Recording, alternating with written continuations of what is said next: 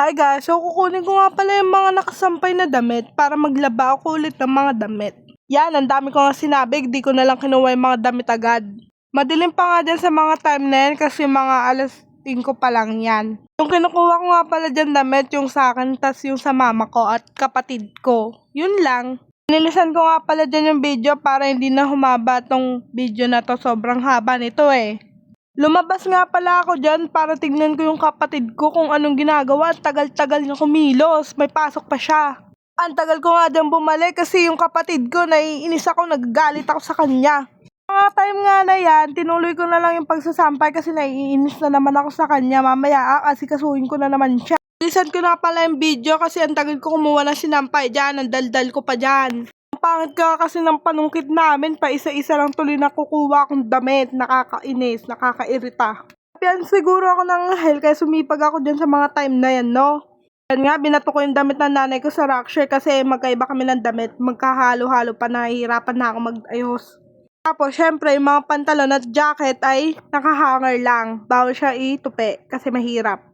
Oh, tignan mo, ang dami ko talagang daldal dyan sa mga video na yan, no? Nakakainis talaga, Miel. Ano ba yan? Daldal mo. Tatakpan nga lang panggana yung camera ko dyan, kaya inayos ko eh. Diba?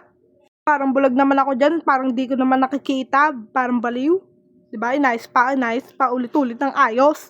Sobrang pinabilisan ko lang yung video, mga 10 seconds, ganun. Ang serious naman talaga ng mukha ko dyan, nakakainis, pangit ko talaga, awit sa'yo, face. Sa mga oras nga na yan, lalabas ako ulit kasi papagalitan ko na naman yung kapatid ko, nakakainis kasi parang hindi nagkikinig sa akin. Yan nga, nakabalik na ako dyan, so pagtutuloy ko na yung ginagawa ko. Binilisan ko na nga pala ulit yung video para hindi na sobrang haba nitong video na to. Na yan, nilipat ko na yung video and dyan, nag-ayos ako ng kapatid ko. Tapos yan, susutan ko na siya ng uniform dyan pero iunahin ko pala yung palda. Nakuha ko nga dyan sa kanyang palda niya pero hindi niya kinuha. Buisit talaga, no? Diba nakakainis ng mga taong ganyan. Pay ko nga muna pala dyan yung towel ng kapatid ko para hindi kalati ng mga aso kasi makalat yung mga aso dito sa bahay namin. Magagalit na naman yung mama ko, akong papagalitan, diba? O, diba nakita nyo naman, kinuha ko na yung palda ng kapatid ko. Malamang, susutan ko na siya ng palda, diba? Sinong tanga yun? Nagpapakit pa nga din yung kapatid ko pero naiinis ako sa kanya kasi ang tagal-tagal niya talaga kumilos, malilate na talaga siya pero ang tagal din kumilos ng tito namin kaya malilate talaga sila.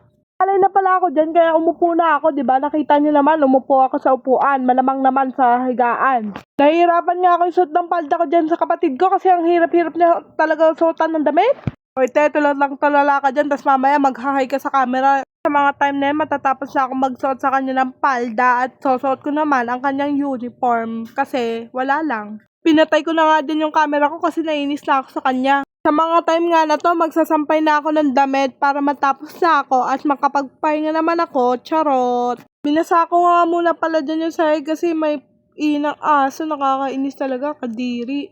Kinuha ko nga pala dyan yung ibang damit na nakasampay pa para itupin ko mamaya. Ipopost ko na lang pala yung part 2 nito mamaya kasi tamad na ako at lalobat din yung cellphone ay tablet pala. Binilisan ko na nga pala dyan yung video kasi tinatamad na ako mag voice over at mag-edit ng video na to.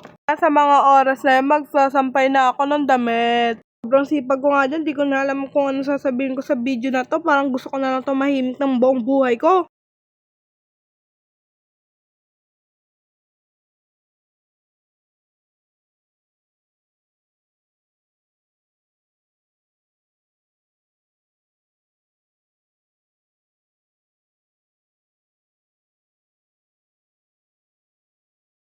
Yan nga, hindi na ako nagsalita dun sa mga video na iba kasi wala na akong masabi at yan, nagse-separate na ako ng mga damit para isalang na.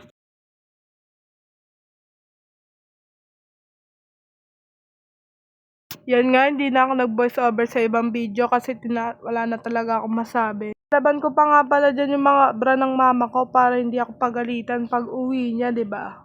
Sinama ko rin pala dyan yung white kong damit para laban ko na din kasi madumi. Tapos yan na nga, nag-uumpisa na ako dyan. Prinomote ko pa nga dyan yung Sondrox na bleach. Sondrox, baka naman. Charot! Ang ganda talaga ng bleach na to kasi nawawala talaga yung dumi. Kahit gano'n pa yun kadumi, matatanggal niya yan. Sobra, super talagang effective to. Nakakaganda ng damit. Sa mga time nga na yun, malulobat lang pala yung tablet, kaya pinatay ko ng video na to. Bye-bye!